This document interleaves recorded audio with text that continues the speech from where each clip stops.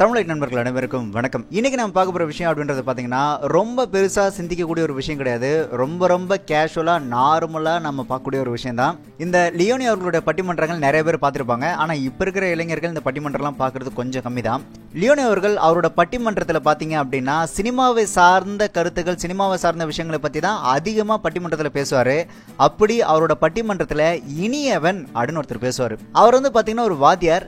லியோனி அவர்களோட பட்டிமன்றத்துல இந்த சினிமா பாடல்களை புரியாத வார்த்தைகளை புகுத்தி தமிழை கெடுக்கிறாங்க, இந்த சினிமா பாடல்கள் புரியாத வார்த்தைகளை சேர்த்து இளைஞர்களை பயங்கரமா கெடுக்கிறாங்க அப்படின்ற மாதிரி பல பேர் அந்த பட்டிமன்றத்துல பேசும்போது, சினிமா பாடல்கள் இளைஞர்களை கெடுக்கிறதே கிடையாது, சினிமா பாடல்களோட உண்மையான அர்த்தங்களை நீங்க புரிஞ்சிக்கவே இல்லை அப்படின்னு சொல்லி புரியாத பாட்டுக்கெல்லாம் இவர் ஒரு புது அர்த்தம் கண்டுபிடிச்சு அந்த பாட்டை அந்த கவிஞன் இப்படிதான் சொல்ல வந்தான், உங்களாலதான் புரிஞ்சிக்க முடியல அப்படின்னு சொல்லி பயங்கரமா கலாய்ச்சி பேசுவாரு.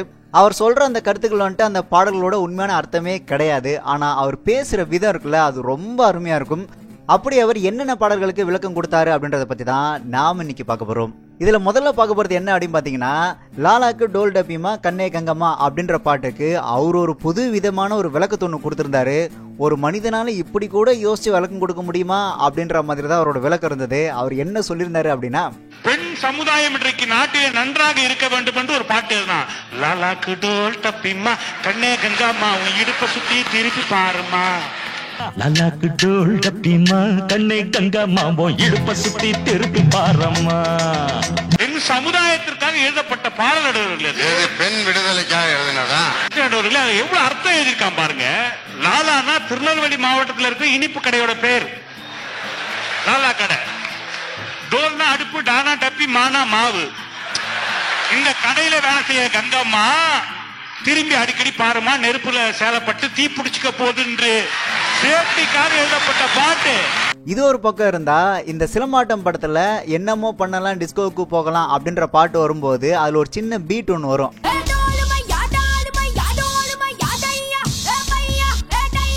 இந்த பீட்டுக்கு இனியன் அவர்கள் என்ன சொல்லியிருந்தாரு அப்படின்னு பாத்தீங்கன்னா, இது இந்திய எல்லையில் இருக்கக்கூடிய ராணுவ வீரர்களுடைய தியாகத்தை போற்றக்கூடிய ஒரு பீட்டு, அதுக்கான பாடல் தான் இது அப்படின்னு சொன்னாரு. அதை நீங்களே பாருங்க.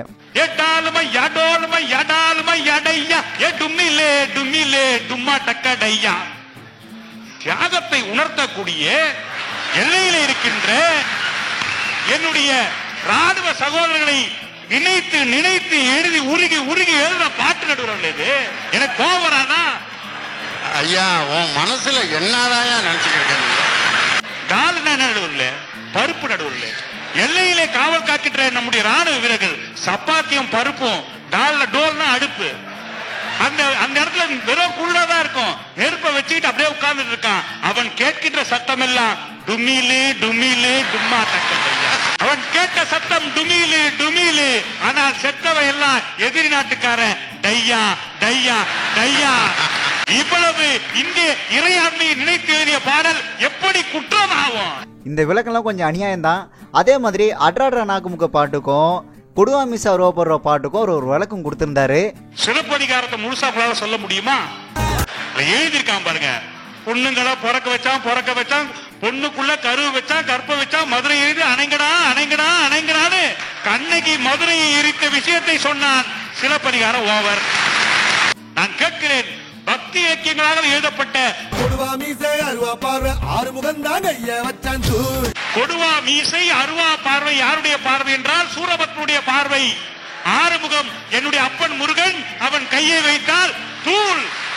சூர சம்ஹாரம் நடத்திய கந்த புராணத்தை சொன்ன பாடல் கந்த புராணம் ஓவர். கந்த புராணத்தையும் சிலப்பதிகாரத்தையும் இவ்வளோ எளிமையா வேற யாராலையும் பாடம் நடத்தவே முடியாது.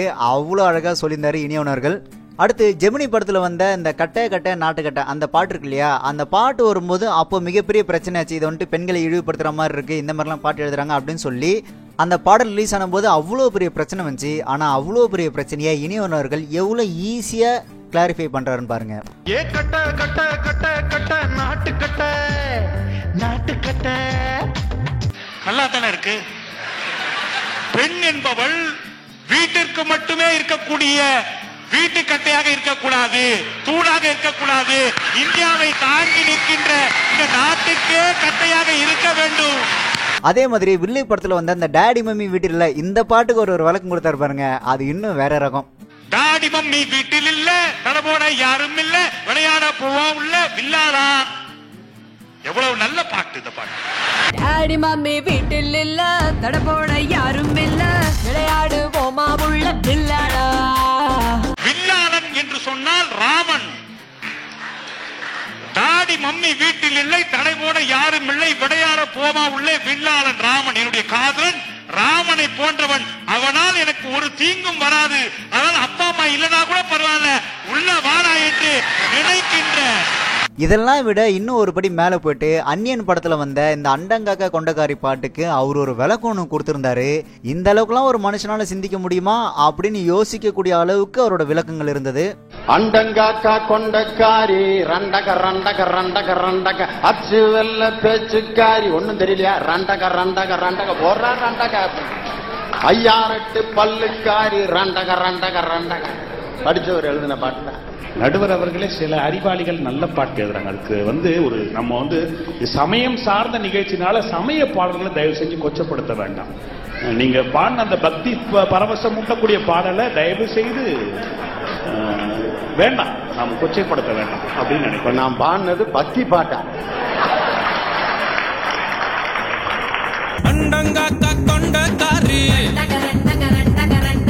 நல்ல பாட்டு.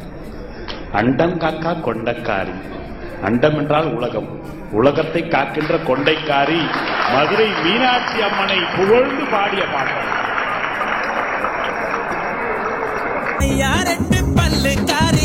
ஐயாரெட்டு சொல்லுக்காரி.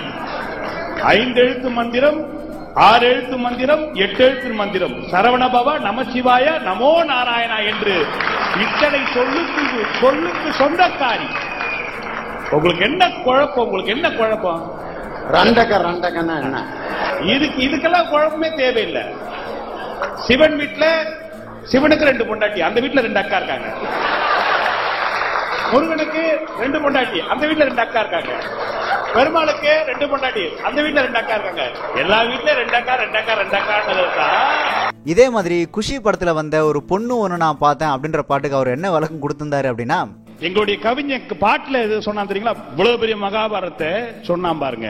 ஒரு பொண்ணு ஒண்ணு நான் பார்த்தேன், சென்டிமீட்டர் சிரிக்க சொல்லி கேட்டேன், அவ சிரிச்ச சிரிப்பில 100 பேர் செத்து போயிட்டான். எவ்வளவு பெரிய அர்த்தம் பாருங்க. பெரிய மகாபாரத்தை சொன்னான்.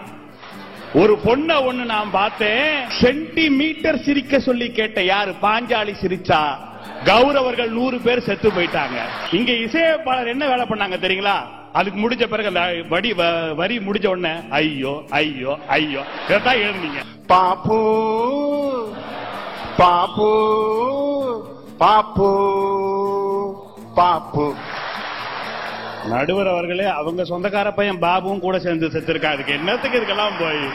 பாடல்களை எந்த அளவுக்கு உன்னிப்பா கவனிச்சு ஆராய்ச்சி பண்ணியிருந்தா அவருக்கு இந்த மாதிரியான சிந்தனைகள்லாம் வந்திருக்கும் அப்படின்றத நினைச்சு பாக்குறேன். 7ஆம் அறிவை தாண்டி 8ஆம் அறிவோட யோசிக்கிறாரு இனியவன் அவர்கள்.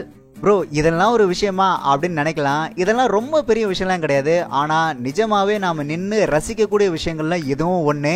நான் ரொம்ப ரசித்ததுனால தான் இதை உங்க கூட ஷேர் பண்ணிக்கிட்டேன்.